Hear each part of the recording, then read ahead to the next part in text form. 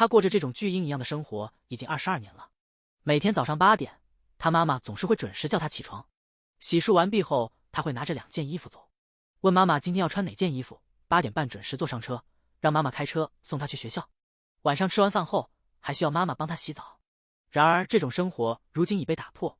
这天，加穗子来学务处找老师做就业指导，毕竟现在除了他，全班同学都已经找到工作了。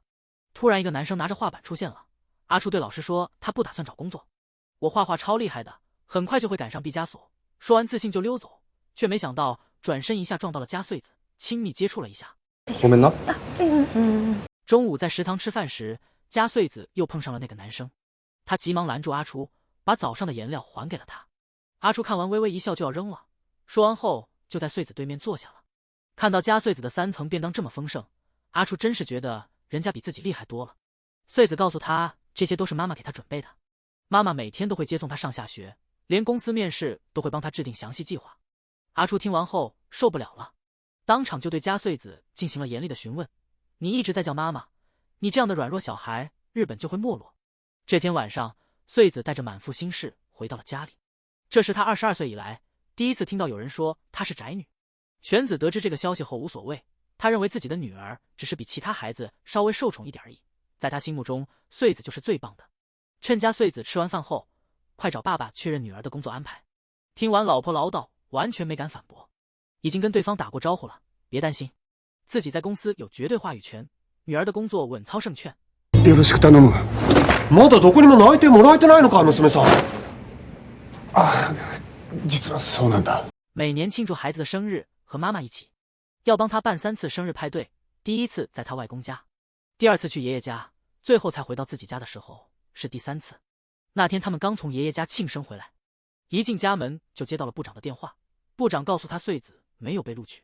泉子得知这消息后当即愤怒，但是看到女儿不开心的脸色后又忍住了。泉子安慰加穗子别担心，反正女生都会嫁人生子，她可以不用找工作，专心学习怎么当新娘子，找个靠谱的人就行了。听完之后，穗子点点头。在她22年的生活中，泉子说的话永远没错。第2天，我在学校带便当吃，加穗子又碰上了阿初。阿初问他工作找得怎么样了，加穗子却告诉他自己不打算找工作了，因为他准备听妈妈的话，开始练习当新娘。阿初听完后很生气，感叹父母怎么会这么糟糕。看着加穗子一副无辜的表情，他突然想到一个主意。阿初问穗子想不想试试打工，穗子点头后，他立即牵着他来到了街头。阿初告诉我说，他还没有完成加穗子的任务，所以不能回家，示范给没有经验的人看，让他们知道如何分发纸巾。发现加穗子已经会耍赖了，阿初一说要去披萨店打工就溜走了。而加穗子未意识到的是，他将迎来22年的挑战，人生中最艰难的几个小时，但这才刚刚开始。这样打下去也到半夜还没写完吧。尽管加穗子很努力地递着纸巾，但一直到天黑，他连张纸巾都没寄出去。送披萨的阿初路过探班，发现纸巾还是满的，有点无语。他对这朵温室花朵的能力估计得太高了。阿初叫加穗子过来休息，我可以帮你送纸巾的，让他快点走，送披萨到对面公寓的13楼。那栋公寓的电梯坏了，得走楼梯上去，赶快，30分钟内就要到了，不能出差错。我知道了，别让披萨掉下来。加穗子的父母此刻非常着急，这是22年来他第一次晚归，妈妈一直在给他打电话，但没有人接听。在阿初的鼎力相助下，终于把穗子带的2大箱纸巾都发完了。他饿得晕头转向，现在只想找个地方躺下。幸好阿初反应快，赶紧接住他。阿初带着加穗子去快餐店吃晚饭，加穗子尝了一口后就呆住了。这个炒饭的味道和平时他吃的完全不同，比平时更好吃，是因为你辛勤工作了。我们普通人呢，想用美食，明天精力充沛再战。回家后，穗子马上告诉妈妈，她不想结婚了，她想找一个能给别人带来幸福的工作。虽然泉子女儿变得不同了，但还是同意她去爸爸的公司参观一下。那天，穗子的全家受邀参加了表妹小希的大提琴比赛，家族众人都支持小希别放松懈，她这么厉害，一定能得冠军。小希冷静自如地开始演奏大提琴，突然就发生了意外事故。小季在台上突然抱着右手痛苦地倒地，家人得马上带他去医院，但是医生告诉他们，小希右手受伤很严重，以后可能再也弹不了大提琴了。小希妈妈得知这个消息后，忍不住泪流满面。第2天，加穗子找到了阿初，告诉他在小赛前就发现了他右手受伤的事情。当时小细说了不要告诉别人，他觉得小细受伤都是他的错。阿初听完后安慰加穗子不要难过，这些都是小细自己决定的。没想到加穗子听了后直接跳起来了：麦爷，去和小细聊聊吧，你们俩都是艺术家呢，挺有共鸣的，应该互相了解了吧，别折磨我了，我很擅长损人，但不太会安慰人，别这么说嘛，求求你，别摆那副脸了，太靠近了，太靠近了，太爱近了。阿初建议加穗子做力所能及的事情。穗子说他从小到大都是妈妈照顾的，除了会折千纸鹤，其他什么都不会。说完后，他用无辜的大眼睛看着阿初。阿初被穗子烦死了，只能告诉他自己时间很重要，如果他能拿5万块过来，就可以一起折纸鹤。原本以为这样能吓跑加穗子，没想到那晚加穗子就带着钱找到了他。阿初完全没料到，原来加穗子还是个有钱人，他只能在通宵的情况下帮加穗子叠纸鹤。第二天早上，阿初陪着加穗子来到医院时，他拉住加穗子的手，悄悄告诉他进去后要保持安静，只需要放下礼物就可以离开了。他知道小细现在这样谁都不想见面。穗子点了点头，然后走进了病房。没想到看到小细的时候，穗子完全忘记了阿初说的话，因为他天性内向，不擅长说话。他努力地安慰小细，结果却被小细痛击了一记。你是我最不喜欢的人，漫无目的的游荡的金鱼，在汹涌的海水中奋力游泳的心境，别废话了，滚一边去吧。加穗子怎么想也没想到小细会生气，此刻他惊慌失措，颤抖不已，连离开医院的路都不清楚。从小到大都是妈妈宠的加穗子，今天真是领教到现实生活的残酷了。不过看到妈妈时，穗子还是没有透露小细的事情，只是说探病很顺利，就回了楼上的房间。加穗子正低着头疑惑不已，突然听到阳台上传来的声音，他马上转过头。加穗子拉开窗帘看了看，了在楼下丢石子的阿初，以免被妈妈抓到，匆忙回家，让阿初去旁边的神社等我。见到阿初的时候，在神社，加穗子全都发泄了他所有的委屈。他不知道小细为何这样做，对他说这么刺耳的话。阿初安静地听完加穗子的抱怨，立刻安慰他不必自责，让加穗子大声痛哭一场，好让他忘记这事。行吧，你可以靠在我的胸前，别闹了，我只是开玩笑。不是，等一下，不要再在家里哭了，我告诉你啊，真的不要哭了。回家后当晚，穗子就开始做梦了。就在他快要进入关键情节的时候，阿初在梦中突然变成了另一个人，把他吓醒了。起床后，加穗子照例请妈妈帮他选衣服。突然，穗子问妈妈是怎么回来的。妈妈说有个男生把她背回来了，告诫她要和那个男生断联系。加穗子来到学校后，径直找到画室找阿初。为了满足妈妈的要求，不见阿初，加穗子特意通过电话询问阿初是否有对象。听到阿初还是个单身狗时，穗子开心的笑着，又追问阿初喜欢什么样的女孩。阿初听完好像察觉到了什么，问加穗子是不是有喜欢的人了。没想到加穗子居然承认了，你找到意中人了吗？第一眼感觉他有点冷漠，嘴巴挺刻薄，而且有自己的志向。怎么了？难道是我吗？你不会喜欢上我了吧？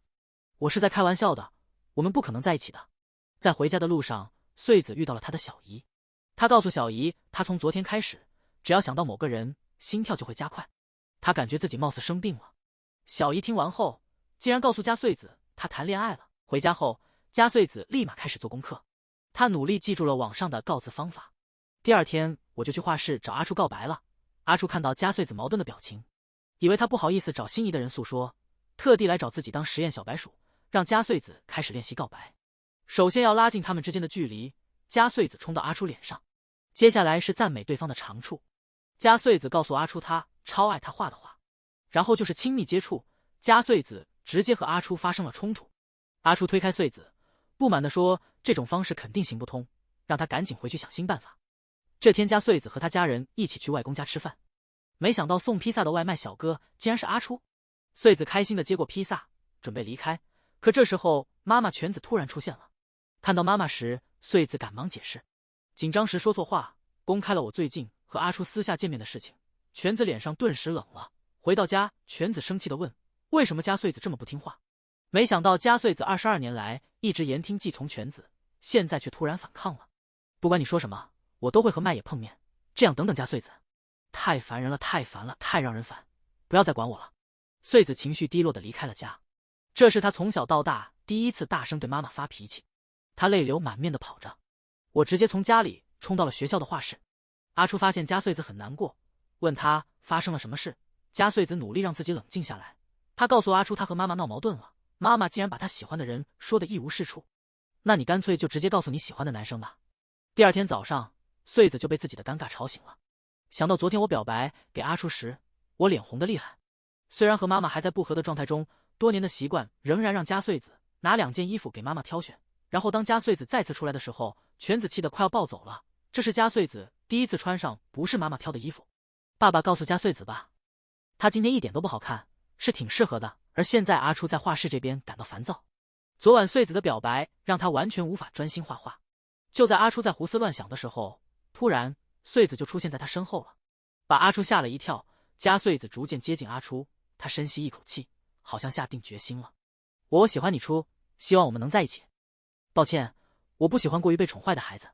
加穗子此刻无法稳住身体，因为他刚刚被阿初当面拒绝了。因为阿初和妈妈闹翻了，现在阿初又拒绝了他的约请，接连不断的打击让加穗子头痛不已。走路时撞到路牌也没察觉到，此刻他只想回家，回到房间里畅快的哭一哭。昨天他22岁的时候才明白恋爱是什么感觉，今天真是让我难过欲绝。加穗子觉得自己太困难了。第二天早上一大早，加穗子起床就开始查攻略了。他打算放下阿初，好好哭一场。我已经哭得很惨了，追求自己的爱好我没兴趣，提升自己。然而到了删除阿初的联系方式这一步，加穗子却始终犹豫不决。就在这时，爸爸突然走了进来，叫醒加穗子，说要一起去外公家。突然加穗子来到外公家，发现外公正在喝啤酒，决定试试网上说喝啤酒治疗失恋的方法。然后爸爸默认了，加穗子第一次品尝到了啤酒的滋味。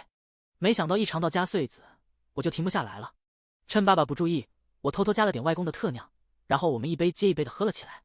突然他好像想起了什么来，放下杯子后就立马冲出外公家。加穗子喝完酒之后拼命奔跑，竟然跑到学校画室，直接从外公家里过来了。阿初看到喝醉的加穗子也很吃惊，赶紧表示自己最讨厌醉鬼，让加穗子赶紧回家。没想到加穗子听后就气到不行，直接拿起阿初的话来毁了。你认为这个怎么样？不可以这样，不可以，别提了，你停下来了。阿初没想到自己居然要超过毕加索的作品，会被穗子说的一无是处。阿初为了听到真实的评价毫不示弱，继续展示我最骄傲的作品，没想到被穗子彻底否决了。就在阿初感到非常失望的时候，加穗子突然冲他张嘴，人物素描中的眼睛闪闪发光。太好了，我太感动了，果然聪明啊你。第二天早上，加穗子醒来后，在爸爸的提醒下，逐渐回忆起了昨晚醉酒后发生的一切。随着记忆拼接，穗子的眼睛越来越大，想起了下午对阿初做的那些事。他现在特别想立刻离开这个地方。就在加穗子觉得人生毫无意义的时候，阿初发来一条见面短信，让加穗子重新有了希望。在约定的地方，阿初向加穗子展示了一张人物素描。他爸爸低头求他，阿初告诉加穗子他爸爸来过画室了，他会继续和加穗子保持朋友关系的。他希望穗子能继续给他作品点评。你对我的话赞不绝口，这不是酸奶的话。我内心深处也因此增加了自信。第二天，穗子再次去画室找阿初。自从得到加穗子的认可后，我的生活变得更好了。阿初觉得自己的人物素描画技巨大进步，他想要穗子当他的素描模特。加穗子听完后有点害羞的点了下头。阿初叫加穗子躺在沙发上抱着头，自己会帮他调整好姿势的，但没料到加穗子紧张的动作僵硬。阿初无奈的降低要求，只希望他笑得更自然，然后微笑一下，别这么做作嘛，抱歉。在阿初的鼓励下，加穗子开始了自己的兼职模特工作。那天加穗子又来当画室的模特了，站着的时候表情渐渐变得困惑起来，这让追求完美的阿初画停下了笔。他让加穗子过来休息，问他有什么烦恼。阿初告诉加穗子他爸爸走了，妈妈不让他们联系，他很担心爸爸以后再也回不来了。阿初见状立刻安慰加穗子，建议他趁着这段时间变得独立些，比如他需要办个工作证明证明一下自己，毕竟不可能一辈子不找工作。在父母的保护下生活，阿初的话让加穗子立刻充满了激情。回家后跟妈妈说自己准备找工作，积攒经验。虽然全子第一反应不同意，但是看到加穗子认真的表情，他最终把女儿宠坏了，同意让加穗子试一下，但我得一直陪着她。于是在全子的巧妙安排下，加穗子在一个距离家很近的幼儿园上学，成功被录取为保育员助手，让一个小孩子去照顾其他小孩子。刚开始加穗子在幼儿园打工，这个娇生惯养的女孩第一次踏入职场，妈妈一直在旁边陪着，不放心。看到女儿那愣样，妈妈都紧张坏了。我差点忍不住跑过去帮她解决所有问题。就在加穗子被一帮孩子包围住，小女孩不小心跌倒，然后开始哭泣。犬子最终还是忍不住上前去了，代替加穗子安慰哭泣的小女孩。回到家后，还没等穗子开口，妈妈叫她明天别去了。她认为加穗子不适合这个工作，现在的孩子太娇气了，经常哭装可怜，处理不当真麻烦。可怜的加穗子就这样结束了短暂的打工岁月。那天穗子又来画室当阿初的素描模特，但这次他的表情比以往更加明显。那次真是太纠结了。阿初无奈地说：“我不画了，不画了。”穗子告诉阿初，他开始自己打工了。被妈妈安排的分外清楚，阿初有没有别的办法？告诉他别再管我的事了，这种话我说不得，我最喜欢妈妈了。那就这样过一辈子吧。请妈妈接送，让妈妈给你做个便当吧。加穗子没有回到画室，但直接去了外婆家。穗子跟外婆说，她迷上了一个男生，那个男生好像没有家人，跟他不一样。加穗子觉得阿初太寂寞了，她想帮助阿初，但不知道该怎么做。外婆听完加穗子的困惑后，微笑着告诉加穗子要不要试着给她做个午饭盒。穗子听完后兴奋地点了点头，然后她摇摇头，告诉外婆家里她啥也不会，连做饭都不会。外婆告诉加穗子不用担心，如果不会做便当，她会亲自给她做。那个男生可以做几个米团吧。就在加穗子认真的捏饭团的时候，外婆给穗子妈妈打了个电话，她希望犬子能够放手，让加穗子自己成长。犬子告诉她，只是想帮加穗子做些自己能做到的事，不想将来什么都做不了才后悔。我从未对这件事感到后悔，应该给你们提供更多帮助。相信小孩跌倒了会自己爬起来，要相信孩子比疼爱他们更困难百倍。夏天依然很热，入夏以来，即使傍晚也没有一丝凉爽的微风。虽然如此也挡不住阿初去工地搬水泥，刚刚下班了，好不容易坐下歇息，突然听到加穗子的声音。阿初一直对加穗子感到好奇，每次都能准确地找到自己。就在他发愣的时候，穗子已经冲到他面前了。穗子兴奋地告诉阿初，他给他做了便当，边说边打开饭盒介绍。阿初看到饭团时，笑容突然定格了。他告诉加穗子，他不爱吃饭团。看到加穗子的脸上又浮现出纠结的表情，阿初赶紧跟他说明自己爸爸早就走了，他7岁时母亲销声匿迹，并将他送进了孤儿院。从那天起，他就不喜欢吃饭团了。同时，加穗子对阿初十分心疼，手中拿着阿初的妈妈当年给他买的颜料，安慰阿初：“你一定能找到你妈妈的。不是这样的，我跟你说，总有一天我会比毕加索更出色。”向那女人证明一下。穗子看着面前的阿初感到困惑，这是阿初头一回在他面前发脾气。穗子不听阿初的劝告，直接回家收拾东西了。然后他毫不犹豫地跳入水中，他明白那颜料对阿初很重要。阿初看到加穗子在，拼命在小河里寻找，他再也控制不住内心的情感，迅速冲过去抓住加穗子。穗子被阿初的霸道吓到了，只能静静地待着。阿初抱起他，从小河里把加穗子安全送到家门口后就好了。这次阿初没有回避，而是认真盯着加穗子的妈妈看着。他决定要把内心的想法说出来：“我不同意，我不想再失去你女儿了。你们为什么那么宠她呢？希望你们能同意我们在一起。这是一个被妈妈宠爱的孩子。”22岁的年轻妈妈带着巨大的婴儿女孩，但是今天她却告诉妈妈，她想要自己独立了。早上我自己会起床，还自己决定穿什么衣服。妈妈听完加穗子的话后，冷冷地回答说：“知道了。”然后就进房间整理行李，回了娘家。父女俩人迷茫不知所措，然而生活还要继续。虽然不知道妈妈为什么要离家出走，但是妈妈不在的这些天里，加穗子决定自己来当家。先收拾餐桌，突然失手把牛奶打翻，然后又巧妙地假装发生了其他事情，盘子也没事。最后一个跌破桌子了，结束的棒极了。看见父亲在旁边，傻眼忘记给他评分了。晚饭时间到了，加穗子不情愿地拒绝了爸爸叫外卖的提议。今晚他打算自己做蛋包饭。就在这时，有人按响了门铃。加穗子以为妈妈回来了，高兴地跑去开门，没想到门外竟然是爷爷。原来是加穗子的爷爷和奶奶吵架了。爷爷要来我家住几天，这绝对是雪上加霜，连加穗子都还没学会独立。加班了几个小时的穗子最后结束了，还是让老爸用手机叫外卖吧。生活的挫折使加穗子心情沮丧，他和他在爱情上的进展很慢。虽然那晚阿初说的话，那些话已经快意思到达了，但是加穗子还是想要阿初当面叫他的名字。我准备向他表白，但是我太害羞了，说不出口。让加穗子再等一会儿酿酒。你这样会让我很紧张，说话变得困难。抱歉啊，那你说吧，这样突然的，我有点说不出话来。那我该怎么办？别再逼我，我真的很菜这方面。那天晚上，加穗子跟着他爸爸去了外婆家，他们决定忍气吞声接妈妈回家。没想到一回家就看到外婆和妈妈正在聊天。妈妈说她这么溺爱加穗子，是因为她觉得没有其他人会喜欢她，只有加穗子对她的爱是毫无条件的。所以当加穗子表达想独立的时候，妈妈感觉自己不再有用了，生气的时候就匆匆回娘家。犬子的话让加穗子感动流泪，她不再躲避，而是走向，像小时候那样冲到妈妈跟前去。她真的感到对不起妈妈，我从前对你的爱好像理所当然，可现在知道这是世上最好的爱，是宝贵的礼物。妈妈的爱真的很了不起。犬子最后还是没和加穗子他们一起回家。外婆安慰加穗子别难过，让妈妈安安静静，明天就回来了。虽然有点舍不得，但加穗子还是选择跟着爸爸回家了。虽然外婆答应了，第二天穗子还是坐立不安。看到他一脸烦恼的样子，阿初赶紧过去安慰他，发现加穗子还是每天都坚持给妈妈发短信。